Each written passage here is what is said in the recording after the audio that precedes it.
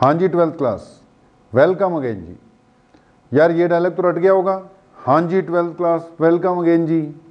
हर lecture को start करने से पहले अब यार हमारे मुंह से तो यही निकलता है, हाँ जी 12th क्लास वेलकम अगेन जी। तो भाई वही डायलॉग है कि वेलकम अगेन। आज का टॉपिक इलेक्ट्रोमैग्नेटिक वेव्स। बेटा हाल ही में हमने ऑल्टरनेटिंग करंट, पूरी जो यूनिट है बेटा आपकी वो तो थी electromagnetic induction and alternating current, उसको हमने क्या किया यार, क्लोज किया। अब यार उधर एक पार्ट क्लोज हुआ। अगर हमने ईएमआई एसी खत्म किया ना, मतलब हमने सिलेबस की एक स्टेज को या कह लो एक पड़ाव को कवर अप कर लिया। अब हम दूसरे पड़ाव की ओर जा रहे हैं। दूसरा पड़ाव बेसिकली अपना ऑप्टिक्स है यार, ठीक है, ऑप्टिक्स की ओर हम बढ़ रहे हैं। 4 टॉपिक है ओवरऑल। एक था इलेक्ट्रोमैग्नेटिक्स, है ना, पूरा जो ईएमआई एसी तक हम पढ़ रहे थे वो इलेक्ट्रोमैग्नेटिक्स थी। अगली स्टेज जो है वो है जी आपकी ऑप्टिक्स। उसके बाद एक मॉडर्न फिजिक्स आनी है और कुछ पार्ट छोटा सा इलेक्ट्रॉनिक्स का है। तो 4 पार्ट है यार। स्टार्टिंग में जब सिलेबस स्टार्ट होगा ना तब आपको बताया होगा कि यार एक इलेक्ट्रोमैग्नेटिक्स है, एक ऑप्टिक्स है, एक मॉडर्न फिजिक्स है तीसरा पार्ट, और चौथा पड़ाव होगा लास्ट इलेक्ट्रॉनिक्स। लेकिन यार ईएमआई एसी जो कि पूरी इलेक्ट्रोमैग्नेटिक्स थी, इलेक्ट्रिसिटी भी मैग्नेटिज्म भी, वो मान के चलो आधा सिलेबस कवर अप कर रहा है। बाकी ऑप्टिक्स, मॉडर्न फिजिक्स, इलेक्ट्रॉनिक्स ये तीनों मिलकर half of the syllabus cover up करते हैं। तो यानी हमने ईएमआई एसी खत्म किया, मतलब half stage of the syllabus cover up की। नेक्स्ट हाफ स्टेज की ओर बढ़ रहे हैं। ऑप्टिक्स हमने स्टार्ट करनी है, ईएमआई एसी खत्म किया है। बीच में एक छोटा सा टॉपिक है इलेक्ट्रोमैग्नेटिक वेव्स। अब इसमें भी इलेक्ट्रिसिटी एंड मैग्नेटिज्म है, तो ये उससे रिलेटेड माना जाएगा। जो स्टेज हम कवर अप कर रहे थे वो इलेक्ट्रिसिटी एंड मैग्नेटिज्म थी। अब ये वेव्स है तो आगे ऑप्टिक्स का भी पार्ट माना जा सकता है। तो यार कई बार हम इसको ऑप्टिक्स का पार्ट मान लें। अगर मैं इसको ऑप्टिक्स का पार्ट मान लूं तो मैं कहूंगा मैंने सेकंड स्टेज की स्टार्टिंग की है। ईएम वेव्स यानी सेकंड स्टेज की स्टार्टिंग। अगर मैं इसको इलेक्ट्रोमैग्नेटिक्स का ही पार्ट मान लूं तो मैं कहूंगा यार मैं फर्स्ट स्टेज की क्लोजिंग कर रहा हूं। मतलब ये जो चैप्टर है छोटा सा, 1 या 2 दिन का ही होता है।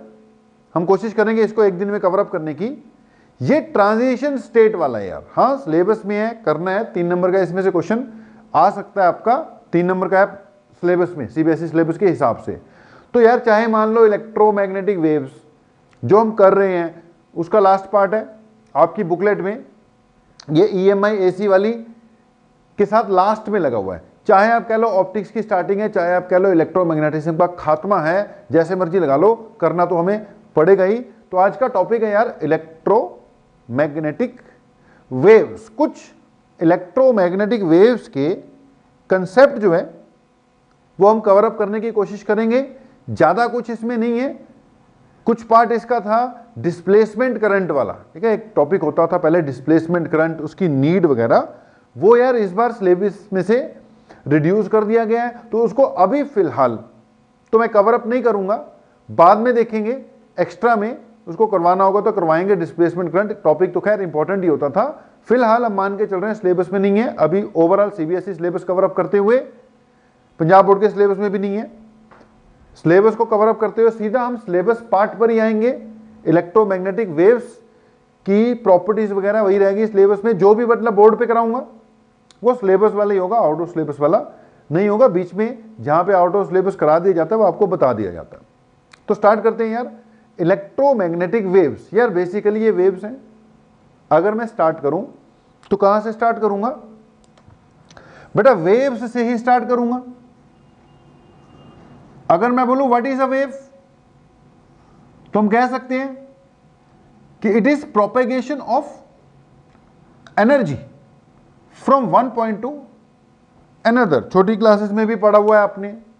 बाकी आप 11th क्लास में, 9th में भी पढ़ते हैं वेव्स वैसे तो, लेकिन 11th क्लास में पूरा वेव्स वाला चैप्टर ही पढ़कर आए हुए हो, तो what is a wave? It is propagation of energy from one point to another without actual movement of the particles. Particles खुद नहीं चलते, सिर्फ एक जगह से दूसरी जगह क्या ट्रेवल करती है बेटा?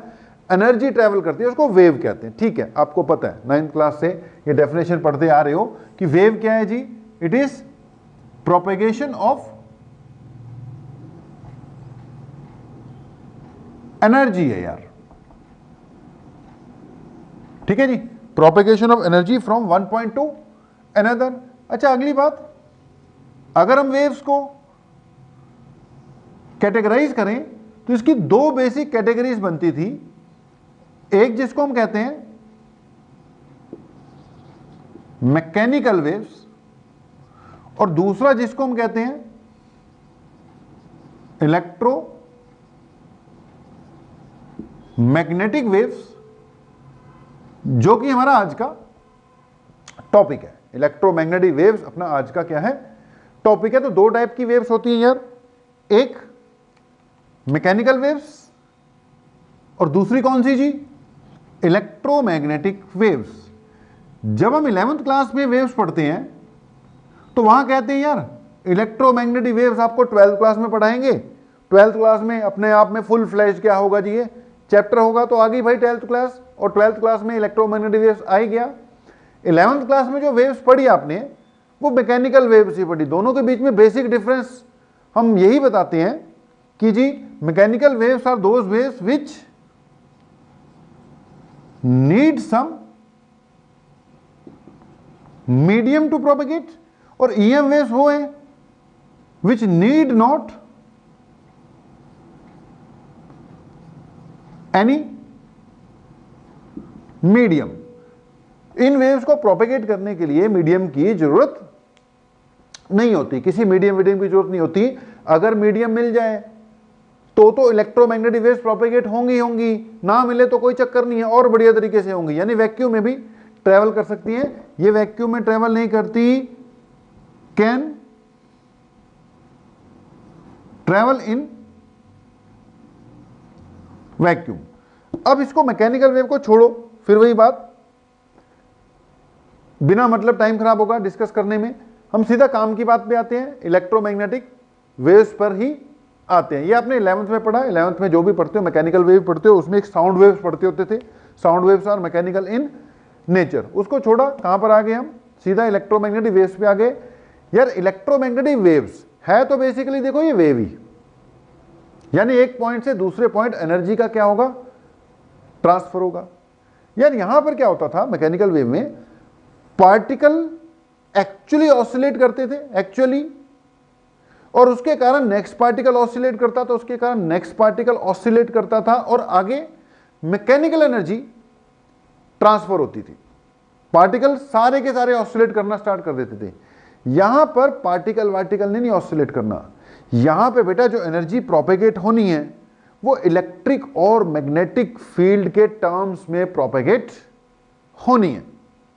तो पढ़ते वक्त कुछ कहानी होती है और कुछ पॉइंट्स होते हैं। आपने कहानी भी सुननी होती है, पॉइंट्स भी पढ़ने होते हैं, नोट करने होते हैं, लेकिन बेटा याद क्या करना होता है? कहानी ज्यादा याद करने की जरूरत नहीं होती। वो तो कहानी अगर समझ में लग गई तो उसको याद करने की वैसे भी जरूरत नहीं पड़ेगी, वो आपके वैसे ही समा जाएगी आप में।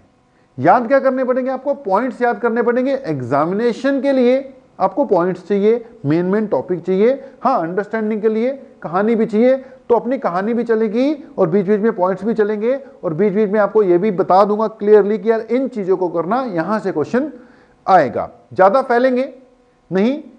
पिछली बार एक वो टॉपिक था मैग्नेटिज्म वाला, मैग्नेटिज्म में मैंने बोला था यार 2 दिन में कराएंगे, कराते कराते हम फैल गए, और जो सिलेबस बनी था वो भी खींच दिया। 5 लेक्चर लग गए, 2 लेक्चर बोलते बोलते 5 लग गए। भाई इसमें कोशिश करूंगा मैं 1 में कवर अप कर दूं, थोड़ा लंबा हो जाएगा। चलो 1 में नहीं होगा, 2 लगेंगे, 2 से ज्यादा हमने इस पे नहीं लगने देने हैं। वही बात है, ज्यादा फैलना नहीं है। तो टॉपिक पे आते हैं, इलेक्ट्रोमैग्नेटिक वेव्स, जिनको कोई मीडियम की जरूरत नहीं होती, वैक्यूम में भी ट्रेवल कर लेंगी, बल्कि वैक्यूम में और बढ़िया ट्रेवल कर लेंगे। ठीक है जी।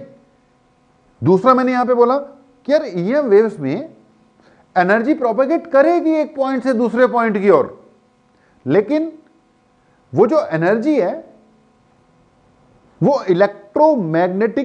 इलेक्ट्रिक मैग्नेटिक फील्ड के फॉर्म में ट्रेवल करेगी, यानी electric field and magnetic field के फॉर्म में ट्रेवल करेगी। पार्टिकल्स यहां पे वाइब्रेट नहीं करेंगे। कौन जाएगा? इलेक्ट्रिक फील्ड एक जगह से दूसरी जगह ट्रांसफर हो जाएगा, या मैग्नेटिक फील्ड एक जगह से दूसरी जगह फैलेगा। और इलेक्ट्रिक और मैग्नेटिक फील्ड जब फैलते हैं तो वो स्पीड ऑफ लाइट से फैलते हैं। तो यहां पर एनर्जी प्रोपेगेट हो रही है, लेकिन वो एनर्जी किस फॉर्म में प्रोपेगेट हो रही है बेटा? इलेक्ट्रिक फील्ड या मैग्नेटिक फील्ड के फॉर्म में प्रोपेगेट हो रही है। ओके, तो इलेक्ट्रोमैग्नेटिक वेव्स प्रोपेगेशन एनर्जी है किस फॉर्म में? In the form of electric and magnetic field. Electric और मैग्नेटिक फील्ड के फॉर्म में एनर्जी प्रोपेगेट होती है जी। अब सीधा पॉइंट्स बनाते हैं यार। पॉइंट्स में सबसे पहले मैं डिस्कस करवा दूंगा कि what is the source of electromagnetic waves. ठीक है जी, कि इलेक्ट्रोमैग्नेटिक वेव्स का पॉइंट्स बनाते हैं हम, ऐसे फिर हम वही बात है फैल जाएंगे। एक तो हम इसका थोड़ा सा क्या डिस्कस करते हैं कि इलेक्ट्रोमैग्नेटिक वेव्स प्रोड्यूस कैसे होती होंगी, ठीक है। दूसरा फिर हम इलेक्ट्रोमैग्नेटिक वेव्स का नेचर डिस्कस कर लेंगे और उसकी रिप्रेजेंटेशन डिस्कस कर लेंगे। क्या डिस्कस करेंगे जी? सोर्स, नेचर, और नेचर के साथ ही क्या रिप्रेजेंटेशन, मतलब डायग्राम के हिसाब से कैसे और इक्वेशन के हिसाब से इसको कैसे रिप्रेजेंट करना है। बाकी फिर उसकी एनर्जी वगैरह, प्रॉपर्टीज वगैरह वो तो डिस्कस खैर करेंगे आप पॉइंट्स बना के चलेंगे। ठीक है, पहला पॉइंट आप पॉइंट बना लो। फर्स्ट पॉइंट सोर्स डिस्कस करेंगे, सेकंड पॉइंट में हमने इसका नेचर और इसको रिप्रेजेंट कैसे करते हैं वो डिस्कस करना है। बाकी उसके बाद फिर प्रॉपर्टीज आएंगी, प्रॉपर्टीज के मैं अपने आप पॉइंट बनाता चले जाऊंगा। तो अगर मैं सबसे पहली बात करूं बेटा इलेक्ट्रोमैग्नेटिक वेव्स का सोर्स, मतलब कहां से प्रोड्यूस होती हैं, कैसे प्रोड्यूस होती हैं, तो बेटा इसका बेसिक सोर्स है ऑसिलेटिंग चार्जेस या ऑसिलेटिंग चार्ज पार्टिकल। इसका बेसिक सोर्स क्या है? Oscillating charges, oscillating charges. अब याद करो जब हम इलेक्ट्रोस्टैटिक्स पढ़ते हैं, इलेक्ट्रोस्टैटिक्स पहला चैप्टर, वहां पर चार्ज की बात करते हैं, और वहां पे कुछ पॉइंट्स आता है। आप अपने देखो लेक्चर रिवाइंड कर कर, एक पॉइंट आता है कि हम बात करते होते थे कि अगर बेटा चार्ज रेस्ट पर है, चार्ज है ना, अगर चार्ज रेस्ट पर है, रेस्ट पर, तो उसके आसपास सिर्फ और सिर्फ क्या क्रिएट होगा? इलेक्ट्रिक फील्ड क्रिएट होगा, क्योंकि वो चल नहीं रहा, करंट नहीं डेवलप होगा, करंट नहीं डेवलप होगा तो मैग्नेटिक फील्ड डेवलप नहीं होगा। यानी इलेक्ट्रिक फील्ड आएगा, कोई मैग्नेटिक फील्ड नहीं होगा, और उसके आसपास कोई ईएम वेव टाइप चीज भी नहीं होगी। ओके, फिर हम कहते थे अगर चार्ज मोशन में हो जाए, यानी मूव करे, लेकिन स्पीड क्या हो? कांस्टेंट, यानी स्पीड ना कम हो रही है ना ज्यादा हो रही है। कहने का मतलब मूव तो कर रहे हैं लेकिन एक्सेलरेशन नहीं है। वेलोसिटी कांस्टेंट का मतलब एक्सेलरेशन क्या है? जीरो। तो ऐसी स्थिति में अगर चार्ज मूव कर रहा है लेकिन कांस्टेंट स्पीड से, तो उसके आसपास फील्ड तो आएगा। क्यों आएगा? क्योंकि भैया चार्ज है, चार्ज चाहे मूव करे चाहे रेस्ट करे, उसके आसपास इलेक्ट्रिक फील्ड तो क्रिएट होने ही होने। क्योंकि वो चल रहा है, करंट बन गया तो मैग्नेटिक फील्ड भी आएगा, यानी मूविंग चार्जेस के आसपास इलेक्ट्रिक फील्ड भी होता है, मैग्नेटिक फील्ड भी होता है, मगर कोई इलेक्ट्रोमैग्नेटिक वेव जैसी चीज नहीं होती, ईएम वेव जैसी ऐसी कोई चीज नहीं होती। अब आती है अगली बात कि बेटा अगर चार्ज मूविंग है और साथ में उसकी स्पीड कांस्टेंट नहीं है, यानी कि वो एक्सिलरेटेड है।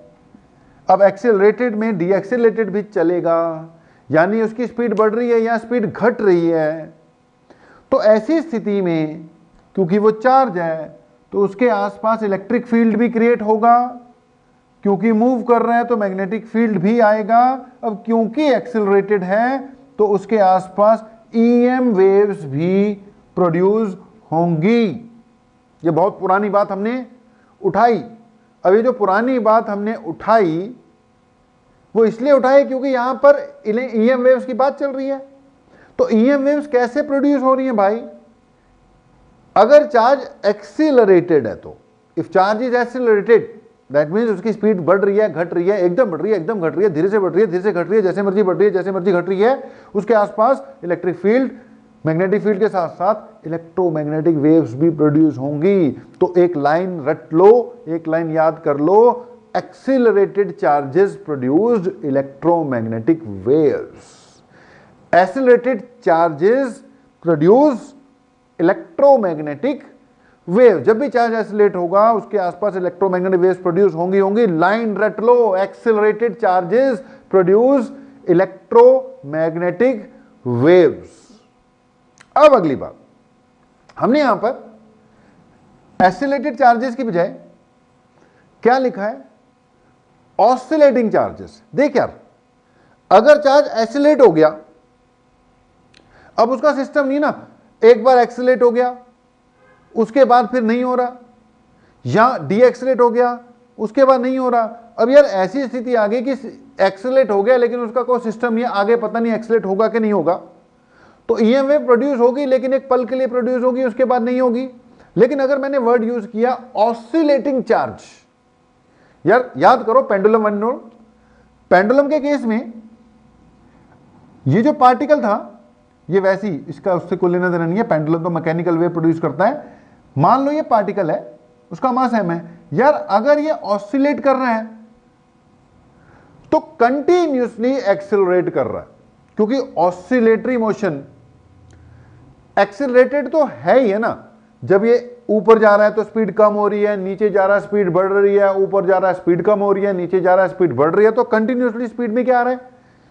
चेंज आ रहा है। अब कंटिन्यूसली स्पीड में चेंज आ रहा है मतलब कंटिन्यूस एक्सेलरेशन है। कंटिन्यूस एक्सेलरेशन है, दैट मीन्स ये सिस्टमैटिकली कभी एक्सेलरेशन बढ़ रही है, कभी एक्सेलरेशन कम हो रही है, कभी पॉजिटिव है, कभी नेगेटिव है। हाँ, गारंटेड है कि जब तक ऑसिलेशन होती रहेंगी तब तक मोशन एक्सेलरेटेड तो होगा ही होगा। तो सिर्फ एक्सेलरेटेड बोल दिया कि एक्सेलरेटिंग चार्जेस, तो ईएम वेव प्रोड्यूस होंगी, वो सिस्टमैटिक होंगी कि नहीं होंगी ऐसा कोई पता नहीं है। लेकिन अगर बेटा ऑसिलेटिंग चार्जेस बोल दिया तो एक पर्टिकुलर फ्रीक्वेंसी के एक पर्टिकुलर सिस्टम के हिसाब से ईएम वेव्स प्रोड्यूस करेंगी। तो मैंने पहले बोला था रट लो, accelerating charges produce electromagnetic waves. मैंने फिर बोला, फिर से रट लो, oscillating charges produce electromagnetic waves. और दोनों में बेटर स्टेटमेंट क्या है? Oscillating charges produce electromagnetic waves. बेस यहां से शुरू होता है, accelerated charges produce electromagnetic waves, लेकिन खत्म कहां पे होता है कि अगर सिस्टमैटिक इलेक्ट्रोमैग्नेटिक वेव्स चाहिए एक पर्टिकुलर फ्रीक्वेंसी की, क्योंकि ऑसिलेशन होंगी तो ऑसिलेट करने की एक फ्रीक्वेंसी भी होगी, टाइम पीरियड भी होगा। तो जो वेव प्रोड्यूस होगी उसके भी कुछ टाइम पीरियड फ्रीक्वेंसी के कंसेप्ट आते हैं। तो ऑसिलेशन जरूरी है। मैंने बोला फाइनल बात क्या याद रखनी है? सोर्स क्या है इलेक्ट्रोमैग्नेटिक वेव्स का?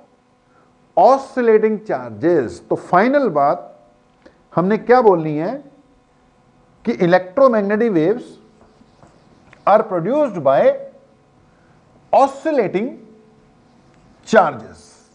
Oscillating charges, electromagnetic waves are produced by oscillating charges. Okay, oscillating charges से electromagnetic wave प्रोड्यूस होती है, हो गई, बहुत बढ़िया हो गया। अब अगली बात यार, oscillating charges कहां से लेके आओगे या आप चार्ज को कैसे ऑसिलेट कराओगे? तो यार पिछले चैप्टर में हमने एक टॉपिक छोड़ा, एलसी ऑसिलेशन। मैंने बोला था जितना का एलसी ऑसिलेशन मैंने करवाना होगा, वो आपको ईएम वेव्स वाला चैप्टर आ रहा है, उसी में करवा देंगे। लाइव क्लास में एक बार बच्चे ने क्वेश्चन पूछा था एलसी ऑसिलेशन का, तो मैंने बोला था यार एलसी ऑसिलेशन वाला आगे ईएम वेव्स वाला चैप्टर आ रहा है, उसी में करा देंगे। तो आ गया थोड़ा सा, ज्यादा नहीं, फिर वही बात, फैलेंगे तो नहीं, थोड़ी सी बात कर देते हैं। तो अगली बात आ गई यार, अगर हम कभी भी एक इंडक्टर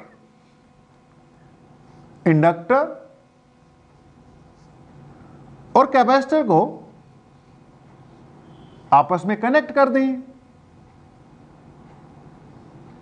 अभी नहीं किया भाई, अभी ये स्विच क्या है, ऑफ है, अभी नहीं किया, कर देंगे। ये एल है और ये क्या है, सी है मेरे भाई। तो बेटा इसको कहते हैं एल सी सर्किट, पता है तुम्हें, इसको कहते हैं एलसी सर्किट। अच्छा, हम क्या करेंगे, कैपेसिटर को चार्ज कर देंगे। मान लो ने कैपेसिटर को क्या कर दिया, चार्ज कर दिया। अब कैपेसिटर फुल्ली चार्ज है। अब जब कैपेसिटर फुल्ली चार्ज है मेरे भाई, तो कैपेसिटर के अंदर एनर्जी है, पता ही है तुम्हें। कैपेसिटर के अंदर कितनी एनर्जी होती है, हाफ सीवी स्क्वायर होती है। मैंने बाहर से एक बैटरी ली, बैटरी से कैपेसिटर को चार्ज किया, उसके अंदर एनर्जी स्टोर होगी भाई, हो गई। अब मैं क्या करूं, अगर कि स्विच को ऑन कर दूं एकदम, अब जैसे ही मैं स्विच को ऑन करूंगा भैया, सर्किट कंप्लीट। जैसे सर्किट कंप्लीट, ये कैपेसिटर डिस्चार्ज हो जाएगा। अब डिस्चार्ज होने के लिए उसको करंट फ्लो करवाना पड़ेगा। ये सारे के सारे चार्जेस पॉजिटिव वाले, इनकी कोशिश होगी ले भैया नेगेटिव से मिल जाएं, नेगेटिव वालों की कोशिश होगी पॉजिटिव से मिल जाएं, और इनकी कोशिश होगी थोड़ी देर बाद हम एक दूसरे में मिल जाएं, न्यूट्रल हो जाए सब कुछ। तो मैंने बैटरी से इसको चार्ज किया था, एक तरफ पॉजिटिव प्लेट थी, एक तरफ नेगेटिव। जैसे ही स्विच ऑन करूंगा भाई, भाग पड़ेंगे ये चार्जेस। जब ये चार्जेस भागेंगे न्यूट्रलाइज होने के चक्कर में, तो करंट फ्लो होगा। अब जब करंट फ्लो होगा, ऊपर लगा हुआ है इंडक्टर। इंडक्टर का काम क्या है, जब तक तो करंट में कोई चेंज ना हो भाई, तब तक तो ये बैठा रहता है शांत। लेकिन जैसे ही इसमें कोई करंट चेंज करने की कोशिश करता है ना, करंट इंक्रीज करने की कोशिश करता है या करंट डिक्रीज करने की कोशिश करता है, जाग जाता है ये। तो इंडक्टर पहले तो शांति से बैठा हुआ था, जैसे ही स्विच ऑन किया, ये जैसे करंट राइज होगा भैया, ये डिस्चार्ज होने के लिए करंट को तो चलना पड़ेगा ना कुछ देर के लिए। जैसे ही इसमें से करंट राइज होता है, इंडक्टर जाग जाता है।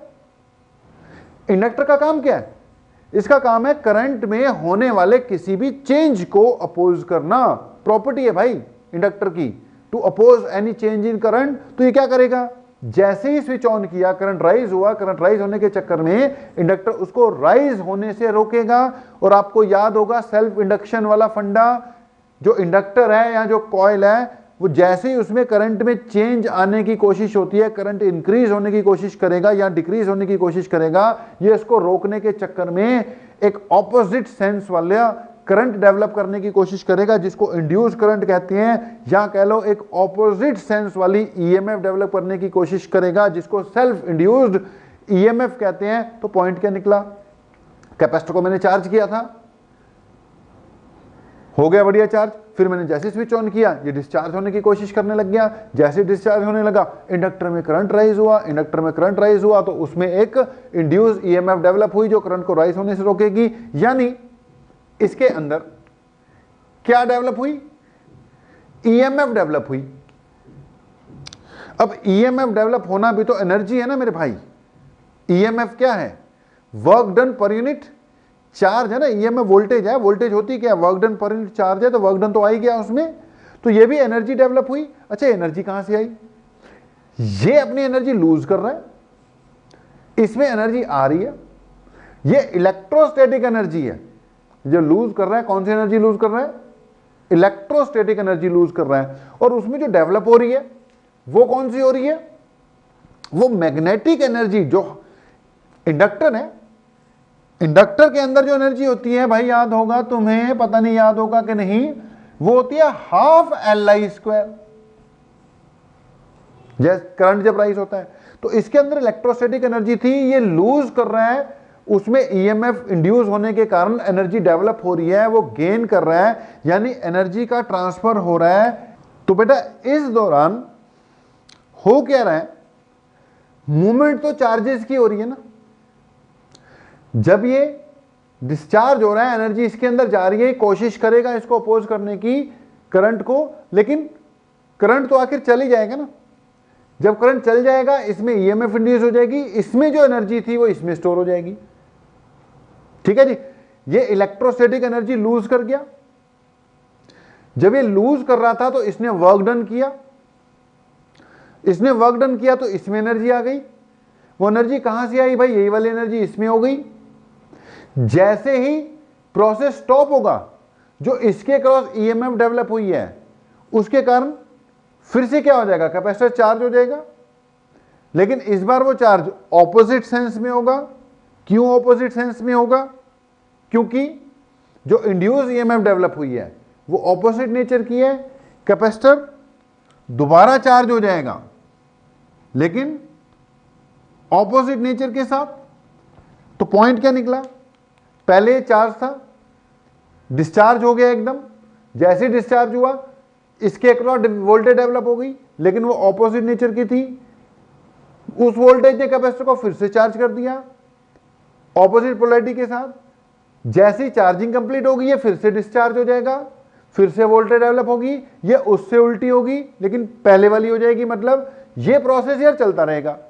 कैपेसिटर डिस्चार्ज हो रहे हैं, इंडक्टर में वोल्टेज आ रही है, इंडक्टर कैपेसिटर को फिर से चार्ज कर रहा है, जैसे चार्ज हो जाता है फिर से डिस्चार्ज हो रहा है, इंडक्टर में फिर वोल्टेज आ गई ऑपोजिट नेचर की, ये उसको फिर से चार्ज करता है, ये फिर डिस्चार्ज होता है। भाई ये होता रहेगा। अब जब ये होता रहेगा, कैपेसिटर चार्ज हो रहा है, डिस्चार्ज हो रहा है, चार्ज हो रहा है, डिस्चार्ज हो रहा है, भाई बीच में झूल कौन रहा है, झूल तो चार्ज रहा है ना। कैपेसिटर कभी चार्ज हो रहा है कभी डिस्चार्ज हो रहा है, तो बीच में भैया झूल कौन रहा है, चार्ज झूल रहा है ना, कभी इधर कभी उधर, कभी इधर कभी उधर। तो अल्टीमेटली यहां पर चार्ज की क्या हो रही है यार, ऑसिलेशंस हो रही हैं। तो इस सिचुएशन में, इस एलसी सर्किट में अगर कैपेसिटर को चार्ज कर कर एक बार इंडक्टर के साथ कनेक्ट कर कर छोड़ दिया जाए तो इसमें चार्ज ऑसिलेट करता रहेगा। ये कभी चार्ज होगा कभी डिस्चार्ज होगा, कभी चार्ज होगा कभी डिस्चार्ज होगा, चार्ज की ऑसिलेशंस होंगी मेरे भाई। तो यहां पर जितनी मैंने कहानी बताई उसका मुद्दा क्या निकल रहा है कि ऐसी स्थिति में चार्ज विल ऑसिलेट। ठीक है, अब क्योंकि यहां पर चार्ज ऑसिलेट होना शुरू हो गया तो इसमें, इस पूरे सर्किट में से फिर क्या प्रोड्यूस होने लग जाएंगी, EM waves will be produced. तो फिर से सुन लो, मैंने बोला था EM वेव्स कैसे प्रोड्यूस कर सकते हो कि बाय ऑसिलेटिंग चार्जेस। अगली बात, ऑसिलेटिंग चार्जेस प्रोड्यूस करने का तरीका क्या था, तो भैया सबसे बढ़िया तरीका चार्ज को ऑसिलेट करवाने का क्या है जी, कि एक कैपेसिटर लो, उसको चार्ज करो, इंडक्टर के साथ कनेक्ट कर दो, स्विच ऑन कर दो, चार्जिंग डिस्चार्जिंग चलती रहेगी। इसमें चार्ज ऑसिलेट होना शुरू कर देगा, तो EM वेव्स प्रोड्यूस होनी शुरू हो जाएंगी। अगर आपके पास EM वेव्स डिटेक्ट करने वाला कोई सिस्टम हो तो ऐसी स्थिति में इलेक्ट्रोमैग्नेटिक वेव्स की डिटेक्शन भी हो जाएगी। ये जो सर्किट है इसको क्या कहते हैं? एलसी सर्किट, या इसको हम टैंक सर्किट भी कहते हैं। कौन सा सर्किट? Tank circuit. टैंक मतलब स्टोरेज कैपेसिटी वाला वाटर टैंक। वो क्या करता है? वाटर को स्टोर करके रखता है ना, इसलिए उसको वाटर टैंक कहते हैं। अब यहां पे भी टैंक का मतलब गोले फेंकने वाला टैंक नहीं है ये। यहां पे टैंक का मतलब इसने कुछ स्टोर करके रखा हुआ है। बेटा क्या स्टोर करके रखा हुआ है? एनर्जी का स्टोरेज है। ठीक है, टैंक सर्किट इसलिए बोलते हैं क्योंकि इसमें एनर्जी क्या है? स्टोर्ड है। एनर्जी स्टोर हो गई, एक बार बाहर से बैटरी से कैपेसिटर को चार्ज किया, अब इसके अंदर एनर्जी आ गई ना। ये एनर्जी कभी इलेक्ट्रिक से मैग्नेटिक हो जाती है, कभी मैग्नेटिक से इलेक्ट्रिक हो जाती है। जब तक ये कैपेसिटर में है, कौन सी एनर्जी है यार? ये इलेक्ट्रोस्टैटिक एनर्जी है। और ये कौन सी है? मैग्नेटिक एनर्जी है। ठीक है जी, ये इलेक्ट्रोस्टैटिक एनर्जी है और ये कौन सी है जी? ये मैग्नेटिक एनर्जी है। तो कभी ये इलेक्ट्रोस्टैटिक होती है, जब इंडक्टर में चली जाती है मैग्नेटिक हो जाती है, जब इसमें आ जाती है इलेक्ट्रोस्टैटिक हो जाती है भाई, जब इसमें चली जाती है फिर से मैग्नेटिक हो जाती है। तो कभी ये इलेक्ट्रोस्टैटिक, कभी ये मैग्नेटिक, कभी ये इलेक्ट्रोस्टैटिक, कभी मैग्नेटिक। इस सर्किट के अंदर एक तो एनर्जी स्टोर्ड है, दूसरा ईएम वेव्स प्रोड्यूस हो रही है। इलेक्ट्रिक फील्ड मैग्नेटिक फील्ड फैलेंगे, क्योंकि जहां इलेक्ट्रिक फील्ड होगा वहां उसके आसपास के मीडियम में फैलेगा ना, एक जगह पे थोड़ी रहेगा। मैग्नेटिक फील्ड होगा वो भी उसके आसपास के पूरे रीजन में फैल जाएगा, इसलिए इसको टैंक सर्किट भी कहते हैं। अच्छा, ये नहीं है कि एनर्जी इसमें स्टोर्ड है तो वो कभी खत्म ही नहीं होगी। बेटा वेस्टेज ऑफ एनर्जी तो होती है ना। जब एनर्जी इलेक्ट्रिक से मैग्नेटिक में कन्वर्ट हो रही थी तो कुछ वेस्ट हो गई होगी, जब वो वापस मैग्नेटिक से इलेक्ट्रिक में कन्वर्ट हो रही होगी तो कुछ वेस्ट हुई होगी। तो चार्ज बेटा जी ऑसिलेट तो कर रहे हैं, लेकिन इसका मतलब ये नहीं है कि ये ऑसिलेशन चलती रहेंगी। नेचुरली ये ऑसिलेशंस कभी भी डाई कर सकती हैं। पेंडुलम का केस है यार, पेंडुलम में ठीक है अगर सब कुछ आइडियल हो तो इसको जन्म जन्मांतर तक ऑसिलेट करना चाहिए, लेकिन ऐसा थोड़ी होता है। थोड़ी देर बाद ऑसिलेशन रुक जाती है ना, क्योंकि नेचर में बहुत सारे फोर्सेस हैं, बहुत सारे एनर्जी डिसिपेशन के तरीके हैं। तो इसमें भी क्या होता है? Potential energy, kinetic energy, potential energy, kinetic energy, सब कुछ सही चलता, आइडियल होता, पूरी दुनिया आइडियल होती तो भैया पोटेंशियल काइनेटिक पूरी चलती रहती और ये जिंदगी भर झूलता रहता। लेकिन ऐसा नहीं होता है ना, तो ऐसा यहां पर भी नहीं होगा। ठीक है, टैंक सर्किट है, ठीक है, इसमें एनर्जी स्टोर्ड है, लेकिन जब इलेक्ट्रोस्टैटिक से मैग्नेटिक हो रही है, मैग्नेटिक से वापस इलेक्ट्रोस्टैटिक हो रही है, तो इस दौरान एनर्जी के लॉसेस होते हैं। कुछ देर बाद ईएम वेव जो प्रोड्यूस हो रही है बंद भी हो जाएंगी, कंटिन्यूस ईएम वेव प्रोड्यूस करनी है तो इस सर्किट को बाहर से कुछ कंटिन्यूसली एनर्जी भी हमें प्रोवाइड करनी पड़ेगी। तो पॉइंट निकल कर क्या आ रहे हैं? Number 1, source of EM waves. क्या है सोर्स ऑफ ईएम वेव्स जी? Oscillating charges. क्या लाइन रटवाई थी? Oscillating charges produce electromagnetic waves. दूसरे नंबर पर चार्ज ऑसिलेट कराने का तुम्हारे पास क्या तरीका है? भैया चार्ज ऑसिलेट कराने का सबसे बढ़िया तरीका है, एक कैपेसिटर लो, उसको चार्ज करो, इंडक्टर के साथ कनेक्ट करो और कनेक्शन जोड़कर स्विच ऑन कर दो, अपने आप ही कैपेसिटर डिस्चार्ज होगा, इसमें एनर्जी आ जाएगी, वो वापस चार्ज करेगा, फिर से डिस्चार्ज होगा, इसमें चार्ज की ऑसिलेशन होनी शुरू हो जाएंगी, चार्ज की ऑसिलेशन होनी शुरू हो जाएंगी, तो ईएम वेव्स तो प्रोड्यूस होनी ही होनी है। अगर ईएम वेव प्रोड्यूस होनी है तो उनकी कुछ ना कुछ तो फ्रीक्वेंसी भी होनी चाहिए। तो एक एलसी सर्किट जब इलेक्ट्रोमैग्नेटिक वेव्स प्रोड्यूस करता है तो किस फ्रीक्वेंसी की करता है? 1/2π√LC। किस फ्रीक्वेंसी की वेव्स प्रोड्यूस होंगी बेटा जी? 1/2π√LC, ये होंगी फ्रीक्वेंसी। अब इसके अलावा या इससे ज्यादा सोर्स ऑफ ईएम वेव्स में बातें तो बहुत हैं, लेकिन हमने बोला ज्यादा फैलेंगे नहीं। हमारा जो पहला पॉइंट था सोर्स, वो क्लोज कर रहा हूं। एक लाइन याद रखनी है, oscillating charges produce electromagnetic waves. और दूसरी बात याद रखनी है, ऑसिलेटिंग चार्जेस क्रिएट करने के लिए या ऑसिलेटिंग चार्जेस की सिचुएशन क्रिएट करने के लिए क्या चाहिए तुम्हें? एक टैंक सर्किट चाहिए। कैपेसिटर इंडक्टर को कनेक्ट करना है, ये सिचुएशन क्रिएट करो तो इलेक्ट्रोमैग्नेटिक वेव्स प्रोड्यूस होंगी। इलेक्ट्रोमैग्नेटिक वेव्स प्रोड्यूस होंगी तो दो तरह की एनर्जी होंगी, इलेक्ट्रोस्टैटिक भी और मैग्नेटिक भी, यानी ईएम वेव में दोनों टाइप की एनर्जी होती है। ओके, इस बात को हमने कर दिया क्लोज। अब बढ़ते हैं थोड़ा सा आगे मैंने बोला दूसरे नंबर पर हमने इसकी रिप्रेजेंटेशन करनी है कि यार किसी भी ईएम वेव को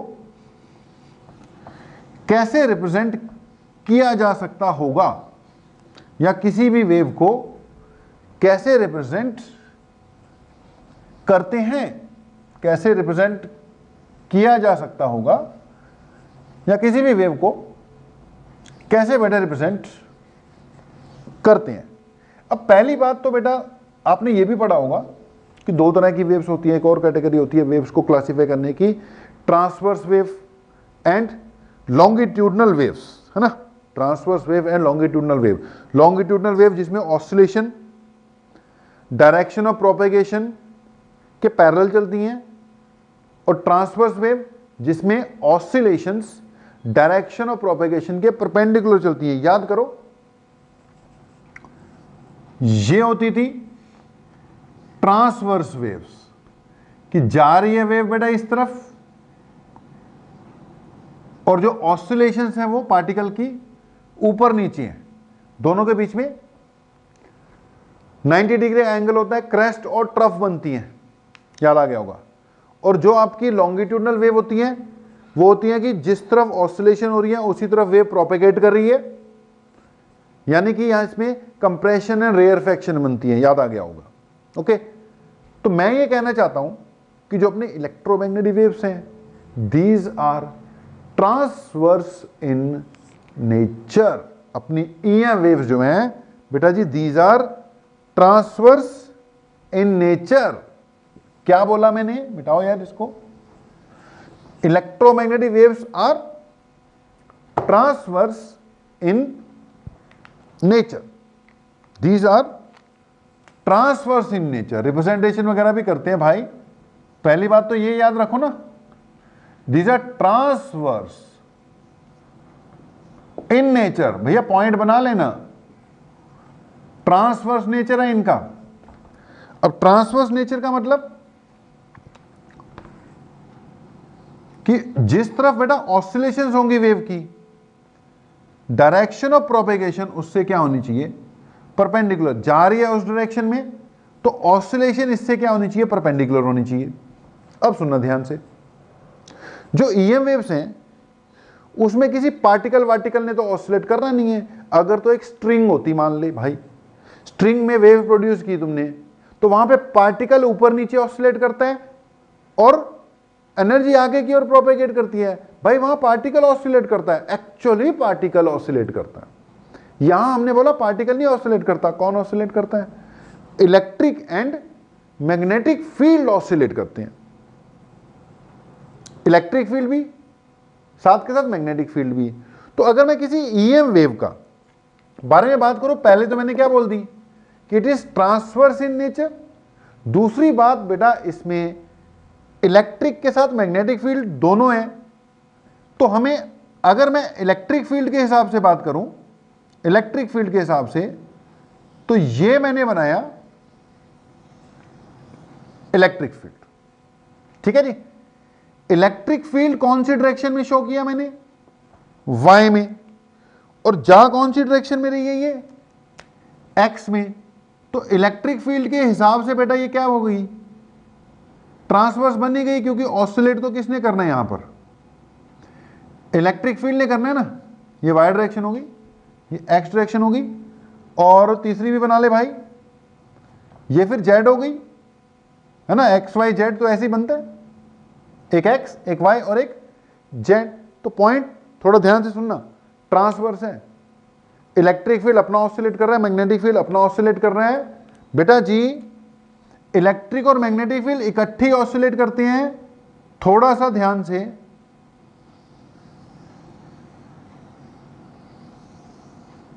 सुनना पॉइंट को, कि जब ईएम वेव प्रोपेगेट करती है ना, जो अपना डायरेक्शन ऑफ प्रोपेगेशन अगर एक्स है तो इलेक्ट्रिक फील्ड एक्स में नहीं हो सकता, ये इलेक्ट्रिक फील्ड है, वो या वाई में होगा या जेड में होगा, क्योंकि डायरेक्शन ऑफ प्रोपेगेशन के परपेंडिकुलर होना है इलेक्ट्रिक फील्ड में। ये क्या है, direction of propagation of EM waves है जी, this is direction of propagation of EM waves है जी। तो अगर डायरेक्शन ऑफ प्रोपेगेशन एक्स में भाई, तो इलेक्ट्रिक फील्ड एक्स में नहीं हो सकता, क्योंकि ट्रांसवर्स है, उसके परपेंडिकुलर होना चाहिए। देखो वाई में शो कर दिया। अब अगली बात यह है कि इलेक्ट्रिक फील्ड के साथ साथ मैग्नेटिक फील्ड भी ऑसिलेट कर रहा है। अगर एक्स में प्रोपेगेशन है, वाई में इलेक्ट्रिक फील्ड शो कर दिया, तो जो मैग्नेटिक फील्ड है वो जेड में ही होगा। कहने का मतलब इलेक्ट्रिक फील्ड, मैग्नेटिक फील्ड की ऑसिलेशन और डायरेक्शन ऑफ प्रोपेगेशन तीनों एक दूसरे के परपेंडिकुलर ट्रेवल करते हैं। ये क्या हो गई, डायरेक्शन ऑफ प्रोपेगेशन, ठीक है, इसकी स्पीड इस तरफ है, direction of propagation. Electric field इस डायरेक्शन में और मैग्नेटिक फील्ड बाहर की ओर है। ये तीनों एक दूसरे के क्या होने चाहिए मेरे भाई, परपेंडिकुलर होने चाहिए। ये मैग्नेटिक फील्ड है, ठीक है, ये परपेंडिकुलर प्लेन में है भाई, समझो बात को, ये परपेंडिकुलर प्लेन में है। अगर ये डायरेक्शन ऑफ प्रोपेगेशन है, वेव उधर जा रही है, तो इलेक्ट्रिक फील्ड ऊपर की ओर ऑसिलेट कर रहा है और मैग्नेटिक फील्ड बाहर की ओर ऑसिलेट कर रहा है। बात को समझो, ये बाहर की ओर शो किया भाई, जेड इधर को थोड़ी जा रहा है, वो तो कॉपी पेन से जब बनाएंगे पेज पे, बोर्ड पे, तो इधर को जाएगा। वैसे ये एक्स है, ये वाई है, तो जेड किस तरफ है भाई, जेड तुम्हारी तरफ आ रहा है। तुम्हारी तरफ कैसे बनाऊं, ऐसे ही बनाते होते हैं। तो ये है x axis, direction of propagation, ये है इलेक्ट्रिक फील्ड की डायरेक्शन और ये मैग्नेटिक फील्ड की डायरेक्शन। तीनों एक दूसरे के परपेंडिकुलर है भाई। Direction of propagation of wave, electric field ऊपर की ओर, और ये मैग्नेटिक फील्ड, ठीक है। मैग्नेटिक फील्ड इस डायरेक्शन में क्या कर रहा है, ऑसिलेट कर रहा है। बात को समझो, तीनों एक दूसरे से क्या होते हैं, परपेंडिकुलर होते हैं। प्रॉपर्टीज में लास्ट में डिस्कस करवाऊंगा, लेकिन कुछ प्रॉपर्टी तो ऐसी बोले जा रहा हूं ना, जैसे मैंने क्या बोल दिया कि जी इनको मीडियम की जरूरत नहीं है, वैक्यूम में भी प्रोपेगेट कर लेंगी, पहली प्रॉपर्टी होगी, यही लिस्ट आउट कर देनी बाद में। दूसरी क्या बता दी, ट्रांसवर्स इन नेचर बता दी। तीसरी क्या बताई कि electric, magnetic and direction of propagation all are perpendicular to each other, ठीक है, लिख लो। अपने आप में प्रॉपर्टी होगी कि जी electric field, magnetic field and direction of propagation, यानी जो इसका वेलोसिटी वेक्टर है, are perpendicular to each other. ये सारे एक दूसरे के क्या होते हैं, परपेंडिकुलर होते हैं। अच्छा एक और बात सुनो, ये भी प्रॉपर्टी है कि electric field and magnetic field are in phase with each other, यानी इलेक्ट्रिक और मैग्नेटिक फील्ड में फेज डिफरेंस नहीं होता। डायरेक्शन जरूर इन दोनों के एक दूसरे के परपेंडिकुलर है, लेकिन जब इलेक्ट्रिक फील्ड जीरो पे है तो भाई मैग्नेटिक फील्ड भी जीरो पे है। जब इलेक्ट्रिक फील्ड का पॉजिटिव मैक्स में है तो मैग्नेटिक फील्ड का भी पॉजिटिव मैक्स में है। जब इलेक्ट्रिक फील्ड का नेगेटिव मैक्स में है तो इसका अंदर की ओर देख नेगेटिव एक्स में, ठीक है, ये बाहर की ओर है, ये अंदर की ओर है, नेगेटिव एक्स में। जब इसका पॉजिटिव एक्स में, इसका पॉजिटिव एक्स में, जब इसका नेगेटिव एक्स में, इसका भी नेगेटिव मैक्स में, दे आर इन फेस। तो एक ये बात कि ऐसे कुछ वेव्स को रिप्रेजेंट कर सकते हैं। अच्छा, रिप्रेजेंटेशन में इक्वेशन भी लिख लो, फिर इक्वेशन ऑफ इलेक्ट्रोमैग्नेटिक वेव भी लिख लो। इक्वेशन कैसी बनेगी यार, किसी भी ट्रांसवर्स वेव की इक्वेशन आपने इस टाइप की 11वीं कक्षा में पढ़ रखी होगी। y is equal to a sine omega T plus minus के एक्स टाइप पढ़ी हुई होगी जी, 11th क्लास में पढ़ते हैं, ठीक है। अब y क्या होता है, जो पार्टिकल ऑसिलेट कर रहा है उसका मीन पोजीशन से डिस्प्लेसमेंट, a एम्पलीट्यूड होता है, ओमेगा यहां पर एंगुलर फ्रीक्वेंसी है, इसके अंदर 2 पाई न्यू छुपा हुआ होता है भैया, इसके अंदर फ्रीक्वेंसी छुपी हुई होती है।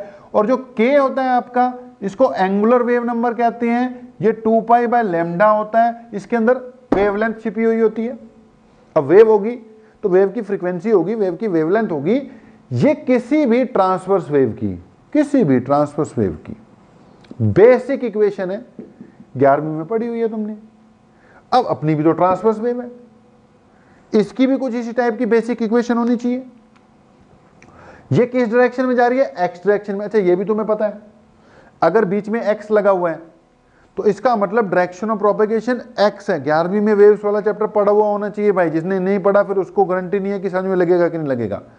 11th क्लास में पढ़ाते हैं, पूरा वेव्स वाला टॉपिक इसके हिसाब से चलता होता है। तो y इक्वल टू बेटा A sine omega T plus minus के एक्स में x क्या है, डायरेक्शन ऑफ प्रोपेगेशन, जिस डायरेक्शन में जा रहा है। अगर ये y डायरेक्शन में जा रहा हो तो यहाँ पे y लगता होता है, x में जा रहा हो तो यहाँ पर x लगता है, z में जा रहा हो तो z लगता है, भाई x लगेगा तो x डायरेक्शन में जा रहा है।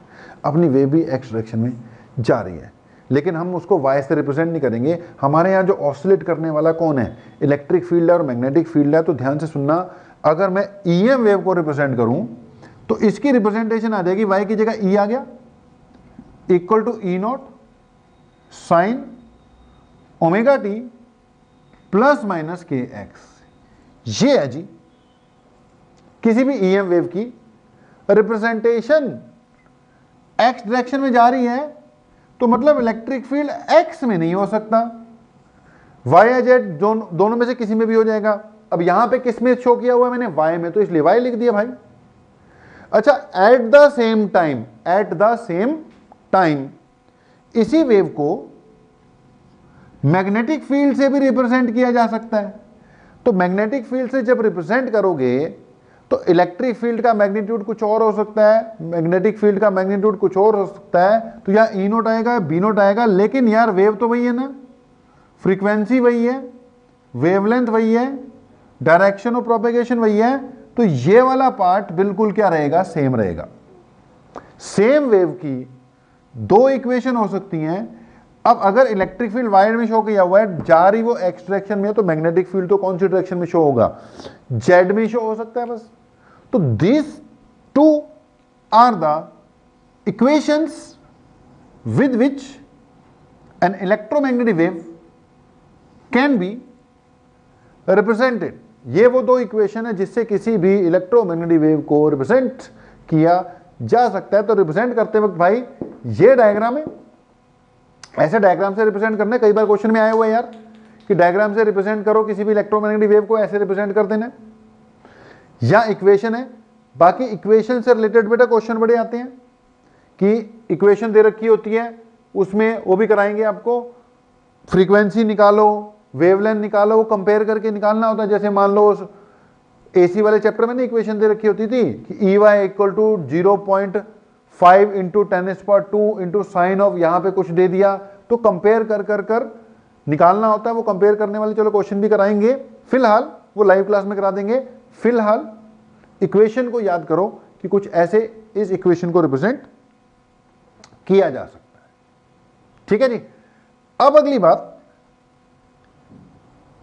वेलोसिटी की बात करते हैं। पहले मैंने क्या किया, सोर्स क्या है, दूसरे नंबर पर रिप्रेजेंटेशन। ठीक है, बीच बीच में अपने आप प्रॉपर्टीज निकल कर आती जा रही है, अपने आप प्रॉपर्टीज निकल कर आती जा रही है। बाद में जब मैं लिस्ट आउट करूंगा आधी प्रॉपर्टी हमारी पहले हो चुकी होंगी। अब कोई भी ईएम वेव है बेटा, उसकी किसकी बात करते हैं? वेलोसिटी की बात करते हैं। पॉइंट क्या क्या है भाई? पहला सोर्स कैसे प्रोड्यूस करोगे? ऑसिलेटिंग चार्जेस से।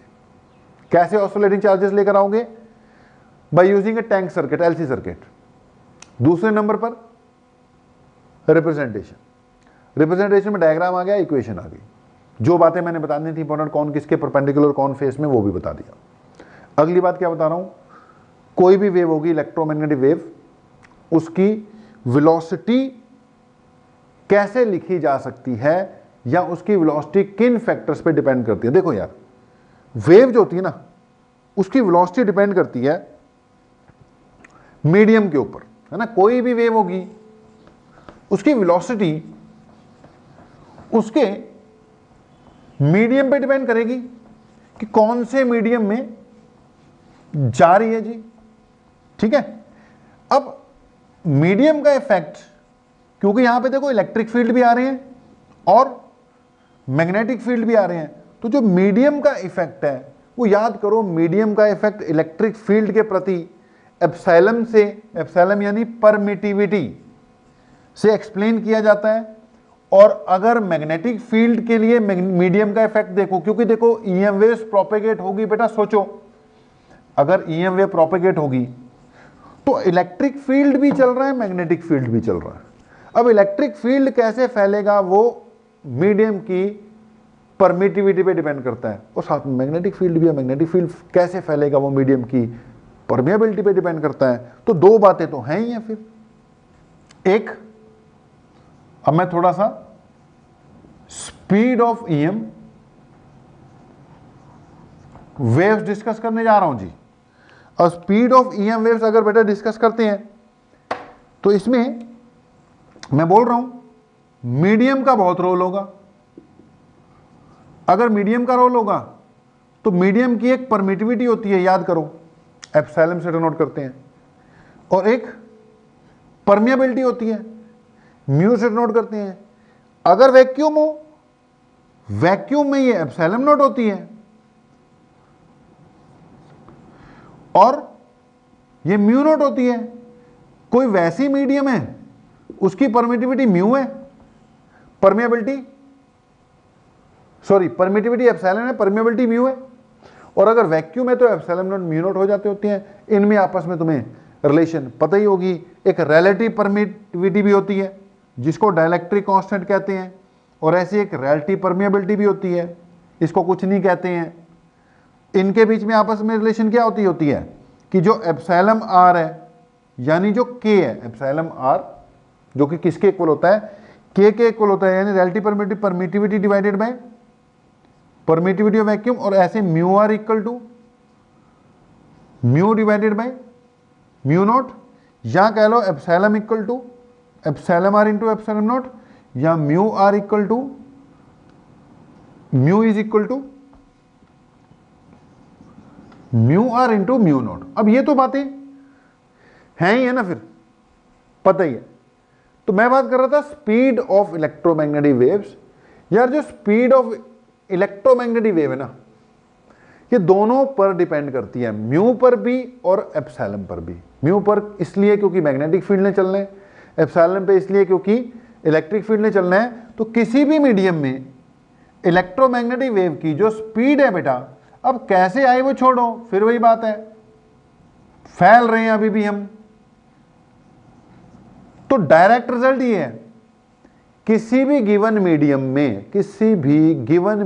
में जो स्पीड होती है, स्पीड किसी इलेक्ट्रोमैग्नेटिक वेव की, वो क्या होती है, 1 divided by under root epsilon into mu. अगर ये वैक्यूम है तो वैक्यूम में किसी भी इलेक्ट्रोमैग्नेटिक वेव की स्पीड क्या हो जाएगी, अंडर रूट नॉट लग जाएंगे बस, क्योंकि वैक्यूम की permittivity mu naught epsilon not होती है। अच्छा, कोई भी ईएम वेव वैक्यूम में किस स्पीड से ट्रेवल करती है, वो फिक्स है, स्पीड ऑफ लाइट। कोई भी बेटा ईएम वेव सारी की सारी ईएम वेव्स, अभी बताएंगे कौन कौन सी टाइप की होती हैं, जितनी भी इलेक्ट्रोमैग्नेटिक वेव्स होती हैं ये सब वैक्यूम में किस स्पीड से ट्रेवल करती है, 3 × 10⁸ मीटर पर सेकेंड, यानी c इज इक्वल टू, अगर वैक्यूम है तो इसको मैं c बोल दूंगा, ये क्या आ जाएगा √μ0 इंटू एप्सिलॉन नॉट।